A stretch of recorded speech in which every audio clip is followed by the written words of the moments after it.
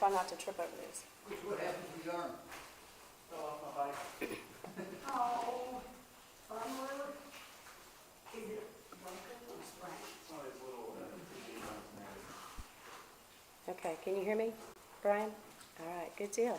Hello, everyone, and welcome to the Arkansas Society of Freethinkers Monthly Meeting.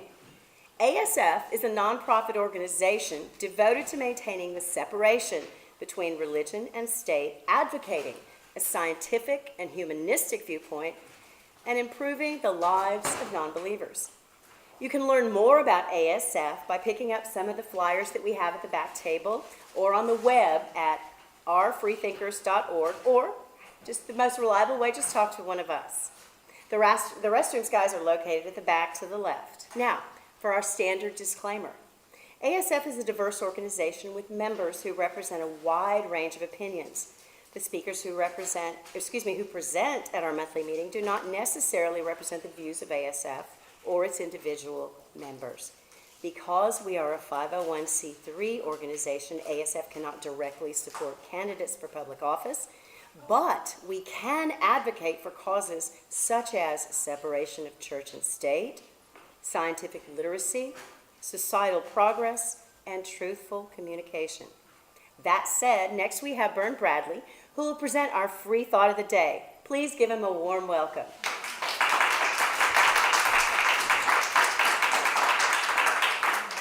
When I'm asked to do this, I usually pick something that matches the topic of the speech, and I couldn't find anything for that today. But this is one of my favorite memes that I've ever run across, and it's this. Knowledge is recognizing that a tomato is a fruit.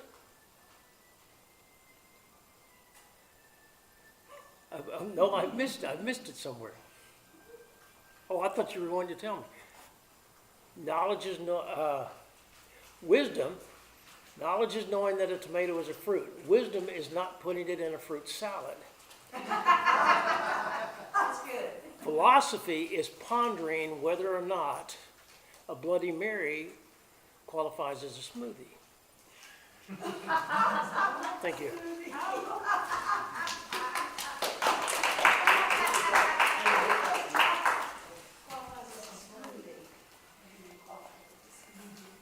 That was good, and now I want to drink.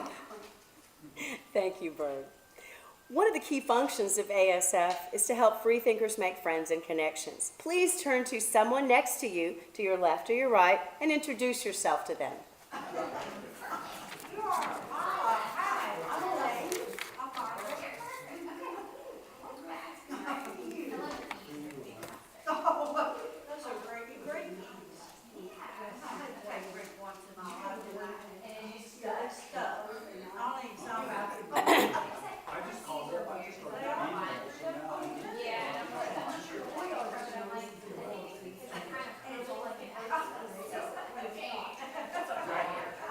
Thank you. Okay, guys, misinformation and pseudoscience are everywhere. Our Misinformation of the Day feature helps us to develop the critical thinking skills we need to exist in the modern world without being duped.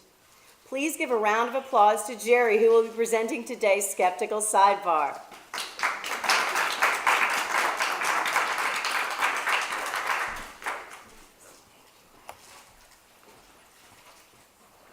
I actually wrote 3 of these over the weekend, and I think this is the least bad one.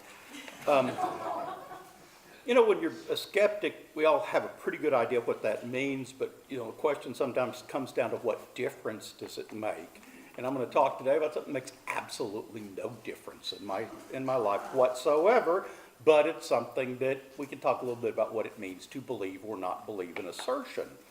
You know, belief to me isn't something that's off or on like a computer, 0 or 1, yes or no. You know, there are degrees of belief, and, you know, almost everything in my life I think is either more likely or less likely. There are a few things that I think are strongly unlikely. There are a few things I think are strongly likely, and, you know, even beyond a reasonable doubt sometimes.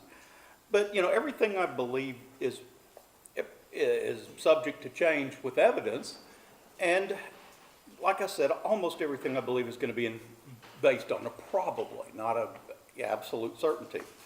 You know, I'm interested in history, and there have been over 200 explanations posited by various historians in various eras about the reasons for the fall of the Roman Empire.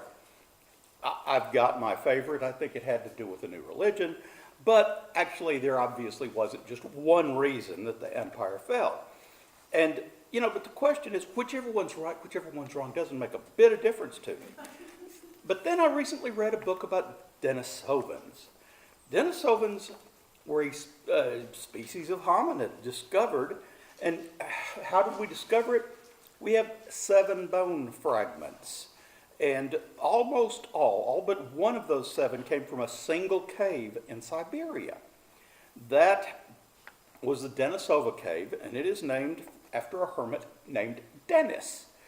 And it was a very good place for fragments and for specimens to remain because it was in Siberia and it was freezing a lot of the time. And so stuff gathered for literally hundreds of thousands of years, and you get these pieces of things. Now, the other one, I said there were 7, that's 6 of them. One of them was actually found later in Tibet, in the Xiahe County, Gansu, China. And of course, these 2 locations are about 1,400 miles apart. So how do people say, we can identify these bone fragments? And I'm talking about literally bone fragments that are so small we can't be sure if they came from an arm or a leg. Or a lot of times they're teeth, and teeth are very important for this too. And the answer, of course, is DNA, a science that wasn't available until fairly recently. But using DNA, scientists have been able to say this particular group of people was a slightly different type of hominin than, say, Neanderthals or us. And so from these from these remains, as a matter of fact, there was one specimen that they were able to determine was the child of a Neanderthal and a Denisovan. And they named because they figured she was a teenage girl, named her Denny, and there's a lot of skepticism about whether that was really her name. But, but they were able to learn a tremendous amount because they were able to get to the DNA. And, we don't have any idea what Denisovans looked like because we don't have a full skull. We don't have anything like that. But we do have a lot of teeth, and we know that their teeth looked a lot different from Homo sapiens teeth or Neanderthal teeth. And you say, okay, wait a minute, Mr. Skeptic. You don't believe in Adam and Eve, even though their story can be found in a book you can read in any hotel room in America. But somehow you believe a bunch of scientists who claim that they can identify an entirely new species of hominin based on some DNA samples tens or hundreds of thousands of years old found in a cave named after some guy named Denis. Yeah. Okay. Why do I, first, when we talk about believe, what does it mean that I believe it? How strongly do I believe it? Based on not only this book, but other things I've read about human origins, it seems consistent with the science that we have to date. I know that scientists have done amazing tricks with DNA. When I started practicing law 40 years ago, they still had paternity hearings where the paternity of a child would be in doubt because we didn't quite have DNA working yet. There was, this is something I heard about. There was a judge who, his methodology was, he's going to compare the baby's ears to the father's ears. Didn't really, I don't think it was terribly scientific, but it was a methodology. It was something. Now, today, of course, there's no litigation about that. It's just a simple test. Is this the father? Is this not the father? Pretty easy. So I think they can do a lot with DNA, and so telling whether or not a specimen came from human remains or great ape remains or Denisovan or Neanderthal or Homo sapiens or perhaps some other hominin, I think that it's more likely than not. I'll put it that way. Now, if the scientists turned out to say, well, we've decided that was all wrong, I would believe them, which gets to the second question is what difference does it make?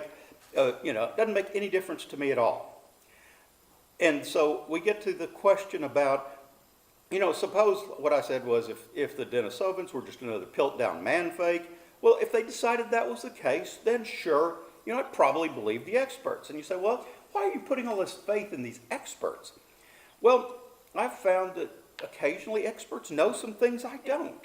And I think the only way to get any appreciation for experts is to become an expert in something, preferably something obscure, and then listen to all the stupid stuff people say about it. And you know that it's not even, a lot of times you've heard the term not even wrong.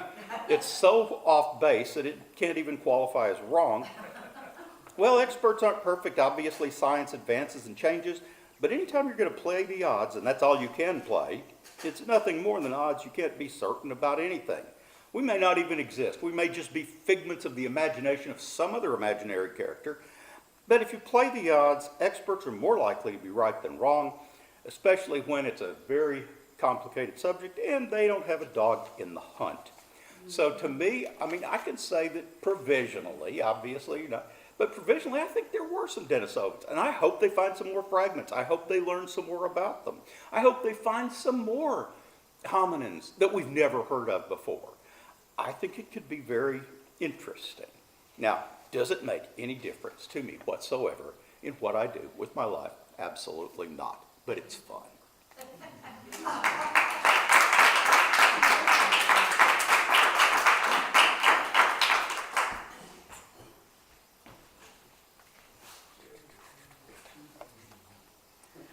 Jerry, thank you.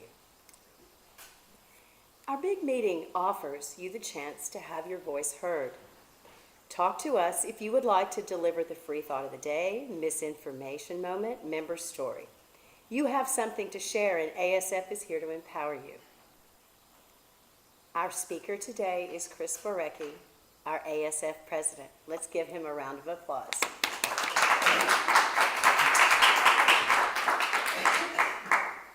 Thanks, appreciate it. So, 90% of the presenters who we have something factual to tell you, have something new that you can learn. And it's usually black and white fact, this is what we found, this is the evidence. This is not one of those talks. Today we're going to get in touch with our emotional side, with our reactions. And this is less about references than it is how you react to things. And I'm going to give you some things to react to, and you're going to feel something about them, and we're going to talk about that, and that's the point.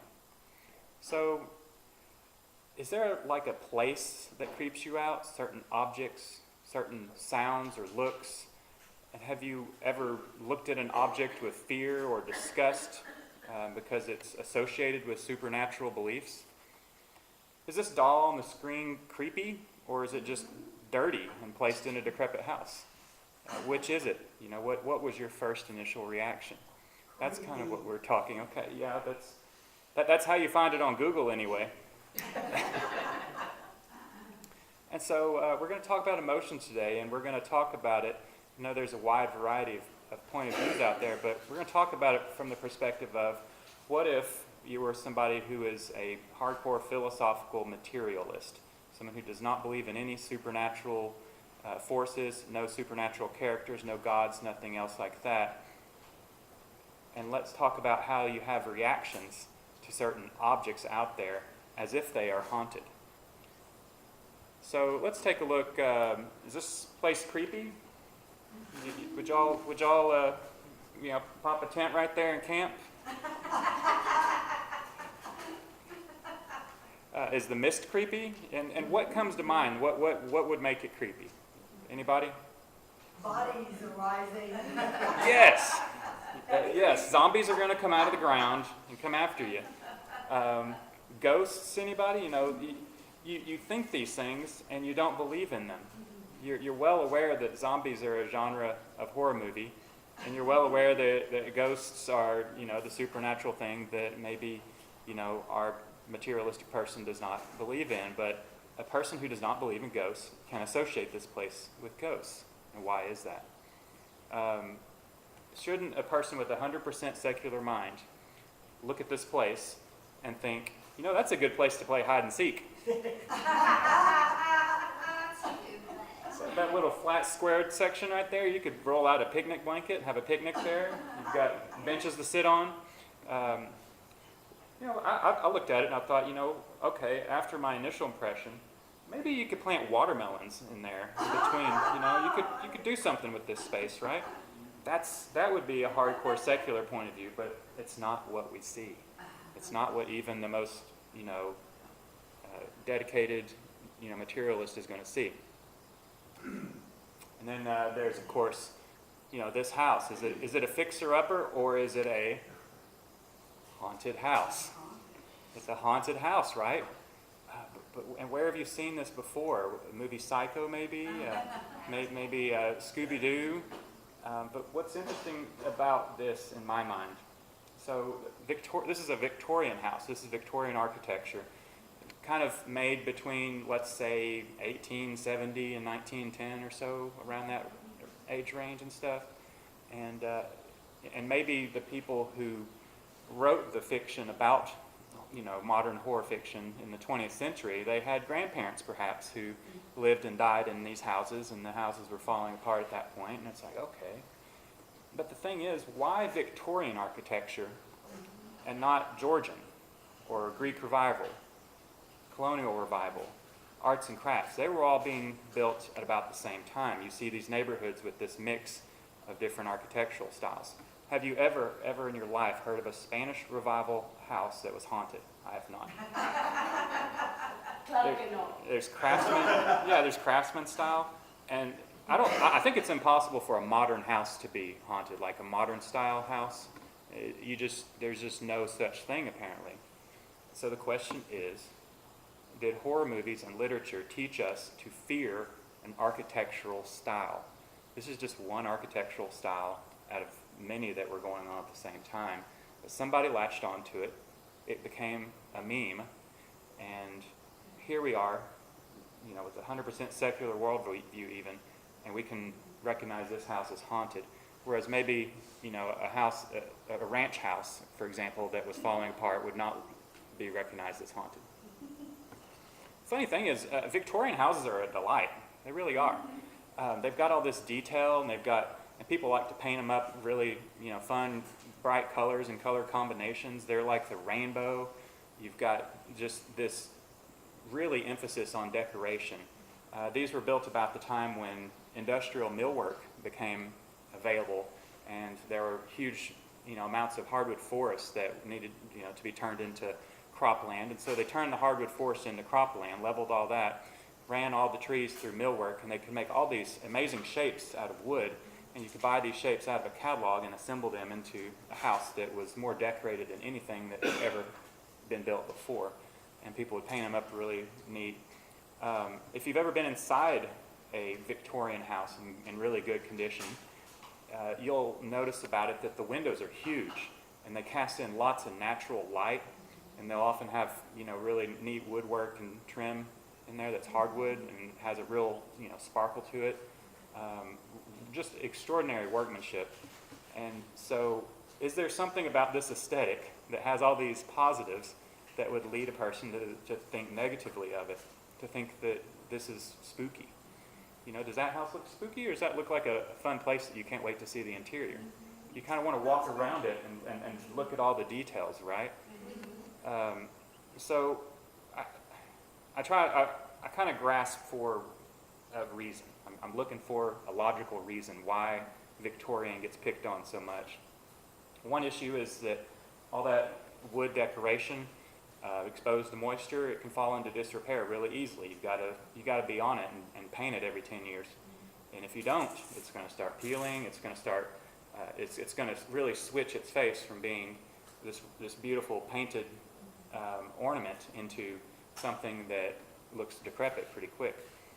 Some people might say that the balustrades on the porch rails, the little verticals, that they would often, you know, mill into interesting shapes. They might say that that looks like bones or ribs or something if it's kind of an off-white paint. Some people might say that they're so heavily decorated that they look like bait, like it's a trap of some sort.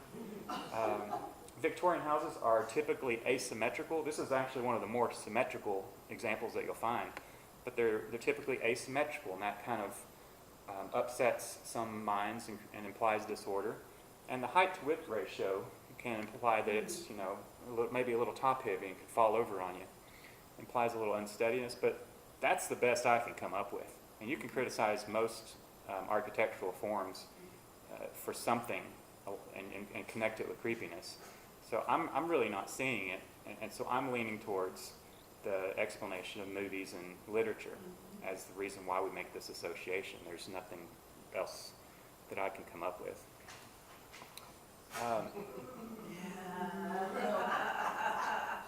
So why is this old doll creepy? Why? Okay, that's a good start, yes.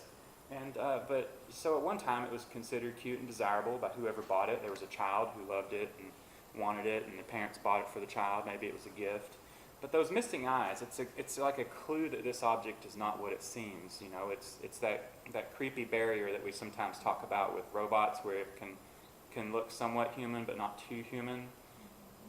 There's this zone, and so we sometimes use eye contact to assess whether other individuals around us are a threat, and if they're staring at us or not. And you can't really tell if this thing's staring at you or not. It's just you know, it kind of seems like it is. Maybe it's like the whole socket is the pupil, and it's definitely looking at you from whatever angle you're at.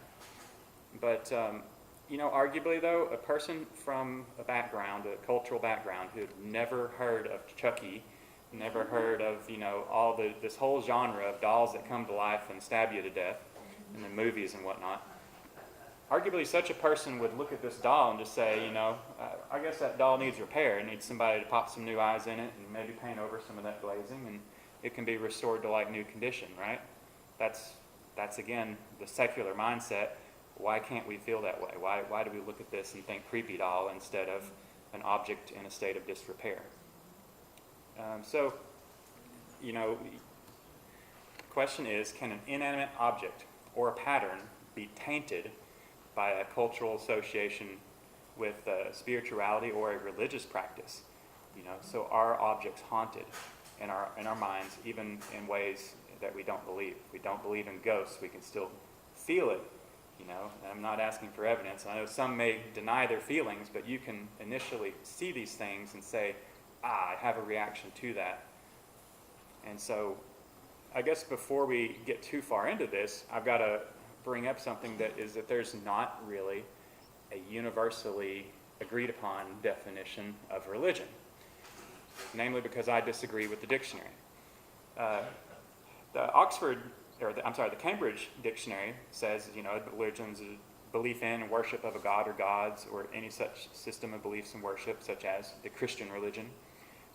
Definition 2, though, is an activity that someone is extremely enthusiastic about and does regularly, and their actual example of that is football is a religion for these people. That's how you might use that in a sentence. I don't know if I can buy into that. This is just me editorializing here. I don't know if kicking a ball can ever be a religion in my mind if it doesn't involve a belief in supernatural forces or deity. That's in my mind, extending the definition a little too far, because this microphone could be, you know, a religious activity if I'm passionate enough about it. You know, who has a favorite brand or a computer they really like, or, you know, a car they really like? Is that your? No, I'm not going to say that's a religion. Here's another example from Merriam-Webster, and one of their examples at the very bottom is a cause, principle, or system of beliefs held to with ardor and faith. So that's casting a really wide net, and you could arguably meet that definition number 3 without a belief in a supernatural entity. I personally am going to draw the line and say I don't really buy into that number 3, because that seems to imply that anybody who has any passion whatsoever is religious, right? Maybe you're a big Arkansas Razorbacks fan. I don't think that's a religion. Maybe you're really into Apple products. I don't think that's a religion. So let's keep this debate in mind, because this duality of what's real and what's supernatural is going to keep coming up. And now there's another definition, and it's called animism. You may have heard this in regards to, you know, uncontacted tribes in different places of the world, that they will believe that objects and places and creatures and animals, they all have this little soul in them. A rock over there will have this spirit. A tree has its own spirit. All these things have, you know, spirits, and so you organize your life around that belief. And so this is sort of what we're experiencing, isn't it, when we say that the doll might come to life and come after us, or that the cemetery, a place, it might be, you know, a good place for a ghost to be or something like that. Even though we don't believe in those things, we're sort of practicing animism. And so an atheist is an atheist practicing animism if they feel some objects are creepy or tainted by these religious beliefs that they don't have.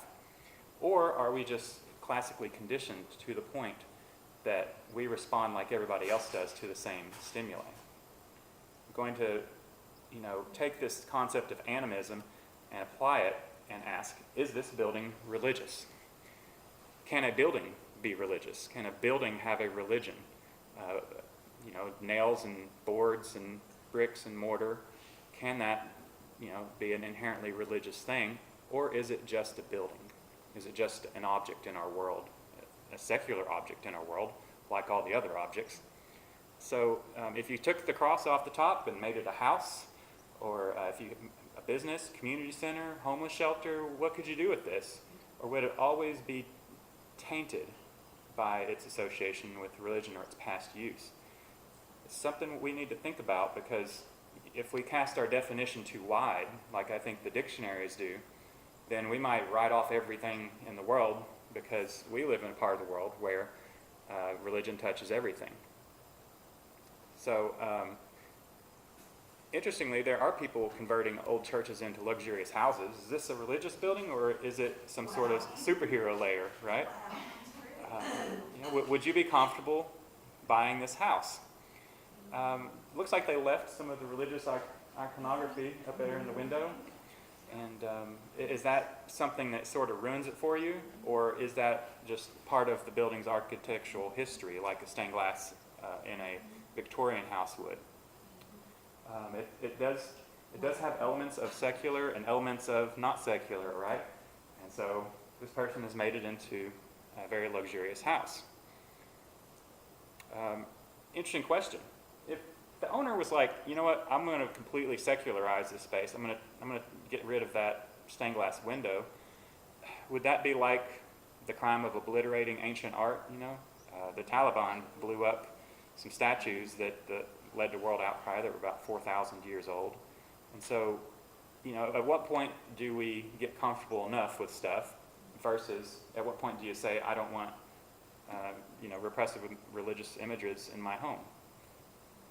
I don't have the answers, but I have the questions. This space, is this a sacred space, or is it a good place to drink wine and watch Netflix? It's a converted church, you know. It's got the same, you know, Gothic window design, but that's about all that's left. You know, is this a comfortable space? I don't know. Different people will vary. Like I said, more questions than answers. Here's one. Would you be comfortable reading a book on that couch? You know, this is something that, you know, we've got to think about. Or is this place somehow haunted? Is this place somehow always going to be a church? A place where you have a certain feeling that you're in a church, and that, you know, you putting your furniture in it doesn't make it a house. Something to think about. Like I said, we're exploring feelings here, and different people are going to have different feelings. We'll have a comment section after this, I guess, pass the mic around and talk through our feelings, because this is going to be sort of triggering for some people. It pulls up the question of logic versus emotion. Think about yourself if you were in a position of being a business owner and you needed to find a space for your business, and something like this is the cheapest deal around because everybody just looks at it as a church. Would you buy this structure for your business, or is it tainted? Would you pass it up and go spend, you know, tens of thousands more for something else? here's a question. Is this a bench? It's a pew. And a pew is a special type of bench, right? Would you be participating in a religion if you sat on this type of bench? Some will think so. Some folks will think so. I want you to think about, what if you showed up today and the UU had found somebody selling pews on Facebook Marketplace or whatever, and you found a bunch of pews in here. They're easy to wipe clean, they're, practical in a lot of ways, but is there something about this piece of wood, which is, in our logical mind, it's a piece of wood, it's a place to sit, it's a chair for multiple people. Is there something about it that makes it uncomfortable at a visceral level, or that you associate with religion at a visceral level? Is it haunted? Would you sit on this person's front porch? They took a pew and made it into a porch seating area. You got your pillows out there. They got this, rustic look to it, the way they've done the paint. Yeah, and if you have a really narrow porch that's like 4 feet or whatever, you're not going to fit a porch swing on there, but a pew would fit really well in that space. And so if you have a pew on your front porch, is your home still a secular place, or is it tainted by religion? Does this pew bring something with it? Or what does this pew communicate to your neighbors and the people that come to your house? What does it mean when you have a pew on your front porch? What are they supposed to think about you? Are you signaling something to other people when you do this? More questions than answers. We even extend this animism to vehicles. Like, what is this? What is this? It's a church bus, right? Everybody sees this as a church bus. A 100% secular-minded robot would look at this picture and say, that is a 2002 Ford F-350 15-passenger van. It believes nothing. It does not have a religion. You can put different paint and stickers on it, but if you want, but that can all be painted over or whatever. And the only thing it thinks about is spark timing, fuel-air mixture, and whether the key matches the computer code. Everything else, that's it. It doesn't have a religion. So it is a secular object, but if I rolled up in that, what would y'all think of me? Where did you steal it? Yeah, where did you steal it? Where are you going and with how many people? Yes. But let's take an even bigger church van. Oh, wow. If you go to Nashville, there's about maybe half a dozen or a dozen businesses that are in the party bus business. And what happens is, on your bachelor party or bachelorette party, you and all your friends rent this bus, and the driver drives you around. And they've got a bartender in there, and they've got music, and you just have a party riding this bus up and down the entertainment district of Nashville, popping in and out of bars and stuff. And this is a thing. This is what people do. And that's the other use for a church bus, right? This is 100% secular. It's a business model. So, what is it that makes the bus religious? The paint job, or secular? The paint job? I don't know. Let's talk about music. Is this a Christian musical instrument? Does it belong to a religion? Is the organ religious, or is just the music that it plays? Or what is it about that? If you wanted to learn to play a musical instrument, would you start here or pick something else, anything else? If you played a song on this, would you feel like you had practiced a religion? So here is Ray Manzarek in 1968.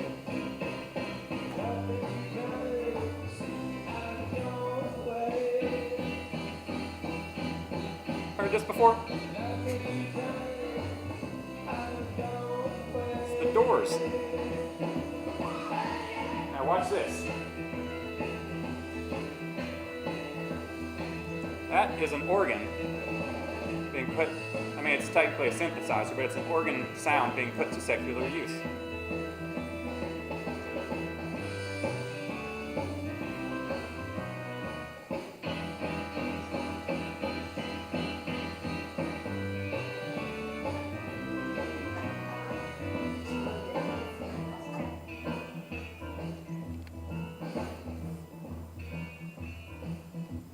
So So I apologize. I just brought you to church, didn't I? No, not at all. I didn't. Nobody felt like that was religious, did you? Yeah, but yeah, that was Ray Manzarek in 1968 playing for the Doors, and it's an organ sound, and you don't really hear that anymore in rock music, but it was a thing, and I think it should come back. I think people should do that more. But the organ sound is now associated with church in a lot of people's minds, and if you had an organ, people would think, oh, you're doing something churchy. So let's talk about, maybe some possible reasons for secular people to practice animism. We've got the media classical conditioning, like the horror movies I talked about. Could be a personal history of religious trauma or abuse. There is an organization called Recovering from Religion for a reason. It's because a lot of people have gone through hell, to use a phrase, and in terms of being told they're not worthy, applied guilt. They've got guilt associations with all sorts of things that they don't necessarily need to. They maybe have been actually abused physically or sexually in a church context. And so those same objects, when they appear again, remind them of that trauma. There's also the possibility that we're just thinking with our emotions instead of being those purely secular robots who would plant watermelons in a cemetery. Maybe that disgust that some people feel toward religion is contagious to nearby phenomena. And the lack of differentiation between religious itself and the patterns or the objects that are used, that's back to the dictionary definition of how, some people or some dictionaries and some thought processes say that anything that you're really passionate about can be a religion. And if we don't differentiate, if we don't draw a really strict line, we're going to be into animism, where we're saying that pews have this haunting to them, where the buses have this haunting to them, that, different musical instruments or patterns of places or buildings or whatever, architecture is religious, if you don't draw that line really strictly. And I've tried to, and I guess, clear my mind of some of these hang-ups and this baggage by drawing that strict line and having a very strict definition of what is and is not a religion. Another possibility is religious organizations are 99% secular. You walk into any church at any given time, and they'll spend 99% of their time socializing, playing in various ways. The biggest room in a church is usually the basketball court.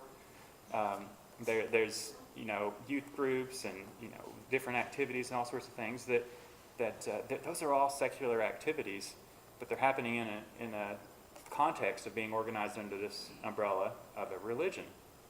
And so all those secular activities, if you don't draw your line really strict, you'll come to see all those secular activities as something that involves the practice of religion. And the folks in the church will say so. Now, that said, some objects, of course, do have a communication function. They do communicate something to us in a cultural context that we can understand. Would a Denisovian, recognize any of these objects or understand a meaning behind them? No. This is all from our cultural upbringing and our understanding of where symbols come from. So any of these objects, I would say they're not secular objects, but they're also not magical. They're not haunted.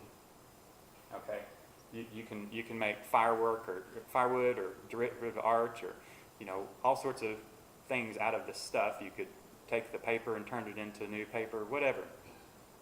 But none of these objects are magical. We know that. We react to them for their symbolic meaning. And so sometimes we have to think about art in this way too. Is stained glass a religious art form? We have an ASF member. His form of art is he makes stained glass, and he'll sell it, down in the river market and various festivals and things like that at a table. He doesn't make religious stained glass. He makes secular stained glass, just like these two examples there. The stained glass art on the left obviously shows a religious message. Stained glass art on the right is completely secular. It's kind of a celebration of nature. And so it's not stained glass in itself, obviously, as a medium that is religious. It's what you communicate through it. Think about your reactions to these two sculptures of religious deities, right? just take a moment and soak that in. What are your reactions? How do you feel about each and every one of them? To me, the one on the left is an important archaeological find illustrating the beliefs and craftsmen of people who lived in ancient times. I would probably, if the Nazis were looking for this object or whatever, I would probably risk my life to try to preserve it so that it could be in a museum someday rather than smashed. The object on the right, the one on the right makes me think this is a cheap, preachy, and kind of kitschy thing that tries to influence people to join the predominant religion. But are they really different? They're both sculptures of deities. And so, whereas the object on the left is not, threatening in any way, nobody's going to start a Sphinx religion and begin oppressing women and gays because of the Sphinx. The object on the right is sort of a representation of some of those problems, right? So we got to think about the way objects communicate, even if they are the same thing. These are both sculptures of deities. The object on the left needs to be in a museum. The object on the right, it'd be for sale if I owned it. I don't know about y'all. Facebook Marketplace, off it goes. $20, whatever, cheap. And so, but maybe at the time that Sphinx was made, about 2000 BC, maybe back then, the secular people who were around at that time felt about the Sphinx the way we feel about the statue on the right. So yeah, it's more questions than answers in this presentation, folks. I'm not trying to preach or tell you how you ought to be. I'm telling you what I struggle with, and I've kind of, charted it out. What happens if we exclude too much of the secular world and say too many things are tainted by religion or superstition? We arbitrarily lose a lot of music, art, architecture, culture, patterns. We can't accomplish certain things because we're working so hard to avoid, doing these patterns or behaviors that might be something that religious folks or superstitious folks also do. It's kind of like having taboos, right? Do we have taboos? Is it reasonable for a secular-minded person to have taboos? But then again, if you accept too much, is there a risk that we actually start believing in supernatural creatures if we've got the stained glass in our house, the statues, the art, and whatever, and we're going through the same motions? I've actually heard this argument made. I'm not disparaging it. People say, look, folks don't join a cult-like organization. They start going through the motions, and then they keep going through the motions, and they find more motions to go through. It's a slippery slope. There is also a risk if we accept too much that we risk bringing in negative aspects of religious culture, sexism, for example, or racism, carried into our new culture that we're trying to produce because we brought along the things, and that triggers people to think in that old way. And so that would create a lost opportunity to create a new culture from a clean slate and none of that old gobbledygook stuff, right? And that might be why we look at objects in a different way. What's really fascinating, though, is the objects that are not associated with religion and the patterns that we don't associate. Wine. Why is wine not considered a religious object, right? Anybody who was brought up in a Eucharistic tradition, with the Catholics or Anglican background or something like that, you understand that wine is part of the Eucharist. It changes into the blood of Christ. And interestingly, churches never use white wine for this. You ever thought about that? Like, it would be transubstantiation would be a much more impressive miracle if it went from white wine to blood, right? It's always red wine. Yeah, I don't think any one of us is queasy about drinking red wine because you think, oh, I'm doing something like I'm participating in the Eucharist. Yoga, downward dog, has a lot in common with the worship motion. Incense. A lot of people are buying incense, burning it in their house, change up the atmosphere in there. But, if you've ever been to a Catholic church, they've got these things that swing, and it'll smoke up the whole room, and it's basically a big smoke out. But we don't connect that to the little burning sticks that you can buy. So for whatever reason, these are exempt. And other things like buses, musical instruments, architectural styles are really tightly associated. Go figure. So here are a group of secular people that I met last weekend in Kansas City. This is an intentional community that they have built. These are all pretty much atheists, and they actually brought their resources together and purchased an old church in Kansas City there. And this is them in their old church. They're using a building that was previously used for religion. They involve music, they hire live musicians every week for their meetings, and they offer childcare during their meetings. They even have, a thing to accept donations. They run completely on donations. Does this make you uneasy? Like, are they walking the line a little too close here, do you think? Are they doing too many things that are the same as, even though they're 100% secular? And, I went and I verified it. They're not big on, complaining about religion or talking about it very much, but they are 100% secular, but they're reusing a lot of the components that the church that used to be in this space had been using. Curiously, though, you'll notice that they're using chairs a lot like the ones we're sitting in today. When they bought the church, it came with pews. They got rid of the pews.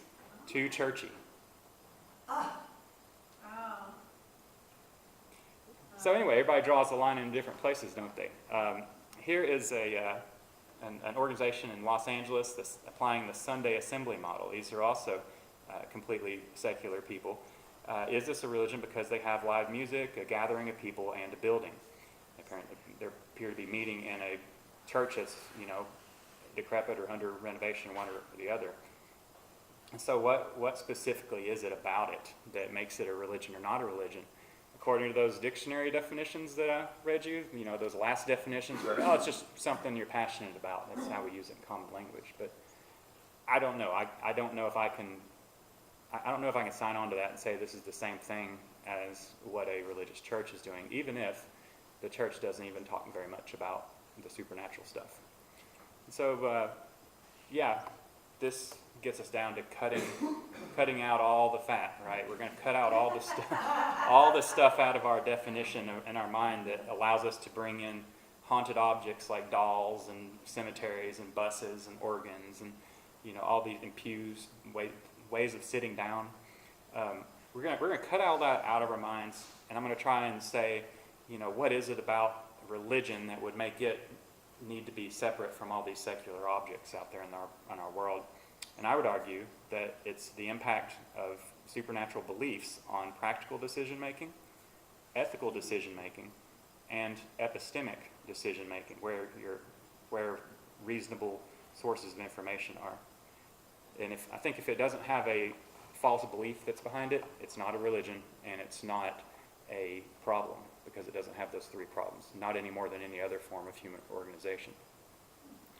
So let's do a Q&A real quick, and if you'll let Don pass the mic around to you.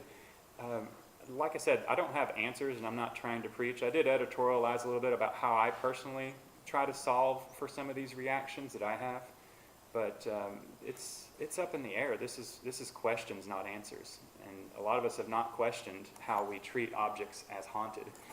So, any takers? Anybody want to? Not really a question. Not really a question. But in 1993, the University of Arkansas switched basketball facilities. They moved from the Barnhill Arena to Bud Walton Arena. So Barnhill to Walton. And when they had their last basketball game in Barnhill Arena, they brought a crystal bowl out into the middle of the basketball court with the whole crowd around. They called the Hogs. They put the bowl in a box. And at the first game in the new arena, they opened the crystal bowl again and called the Hogs again. And that bowl is still on display there. And they claimed, and I don't think anyone really believed this or accepted it as fact, but they said we're trying to capture the spirit of Barnhill Arena to take to the new place. And it kind of worked in that very tough place to win for opposing teams. And the new arena happened to open the exact year that that basketball team won its first national championship. Wow. That's a great example of secular animism.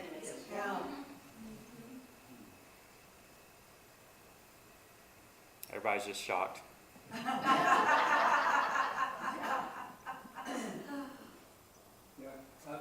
Ghost towns. West, you're talking about those old dilapidated churches in the south. Out west, you have ghost towns. Yeah. So where there's ghosts, people, when they go there, they say, "Ah, we don't want to be here after sundown because the ghosts come out." You know, I don't know. I want to mention out there at Maumelle, our guy bought a church out there and converted it into an insurance agency. It's right there by the fire department, if anybody's noticed it. And it, I mean, it definitely looks like a church. It's a beautiful building. And you can't plant any kind of fruit or vegetables in a graveyard because it's poison. Graveyards are poison, the dirt's poison. People in there leak. All those courses leak. Right, yeah. Fayetteville did that and they had a runoff into the subdivision. Right, and you talk about scaring some people. There's some horrible diseases that come out of us after we're gone. Bad enough when we're living. No watermelons, maybe just flowers. Yeah.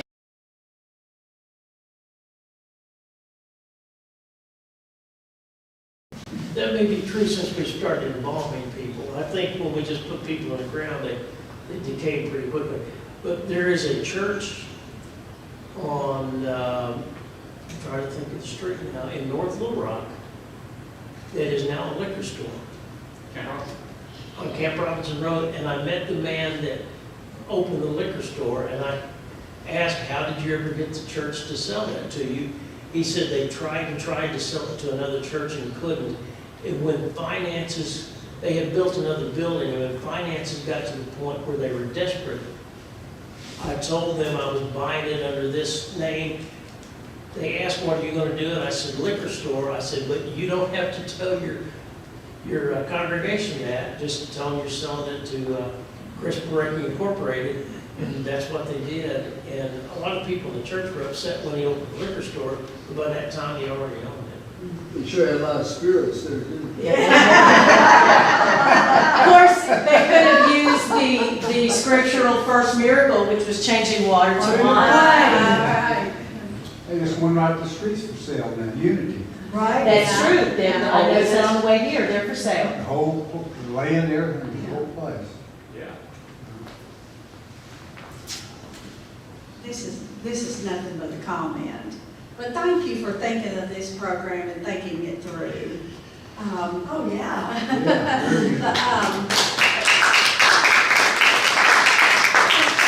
Very interesting. I've been raised, I was raised in church from the time I was in the nursery. And so I've had, in my life, I even had a career in the church. So church is for me, and I love this. Just the church building itself for me is sort of a warm, fuzzy place. But I've really enjoyed eating at restaurants, churches that have been converted into restaurants. And they have a warm, cozy feeling. I don't know if it's because they were a church or just because it's cool. Yeah, architecture. Yeah. Anyway, I know there is one in Bentonville area. Mm-hmm. If you've never eaten in one, I've eaten in about 3 or 4 so, different places. Anybody else? I remember Church's Chicken. Did you get a warm, fuzzy feeling? We got one. Here we go. Here we go. Got my boy. Thank you.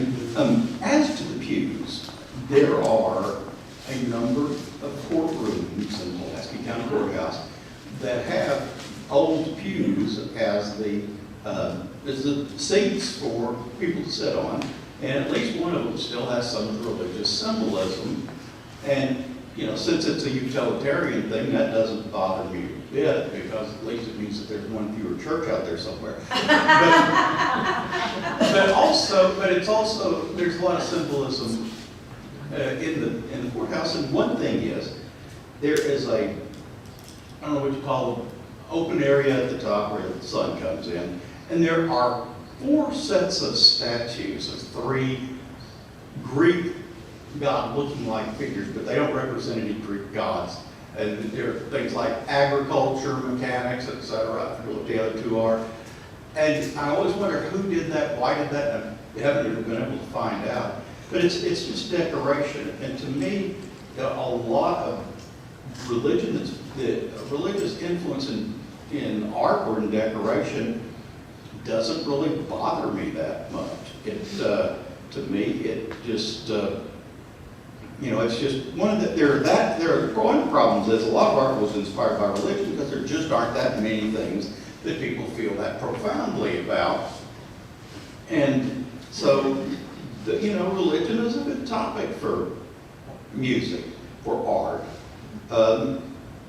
And of course, the other thing is religious symbolism. Some people see religious symbolism whether it's there or not. Most recently, the Olympics, there was the opening presentation, and a bunch of people said, well, this is offensive to Christians because all of these people are sitting on the same side of the table. That must be a reference to Jesus. And, you know, it wasn't intended to be. And, you know, I think that later on they said, you were sorry you feel that way, but, you know, it really wasn't an intentional reference to religion, allusion to religion, but the allusion is there whether you create it or not. It's all part of those things running around in the back of your mind. So people did see it. A lot of people saw that same thing without talking to each other first. So I guess it did have some connection to it. Yeah, those statues, like, there was a time around the turn of the 20th century era when you saw a lot of representations of ideals being represented as forms or statues and artistically. So you'd have, you know, kind of a Greco-Roman style statue that represents the spirit of agriculture, or the spirit of industry. You've got the Statue of Liberty at about that time. And so we were building these, you know, these statues like the ancients used to build about their gods, but we were doing them in a way that secularized them and made them the personification of an ideal. And I've always thought that was really interesting, and how at some point, you know, in the United States culture, just quit doing that. It was just kind of a phase of co-opting art and style that we went through, and then quit doing it for some reason. All right, well, thank you, everybody, and I'll give it back to Brian.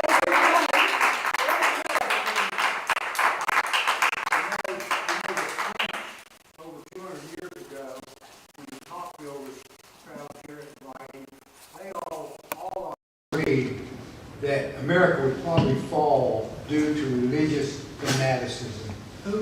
200 years ago they did that, and here we are.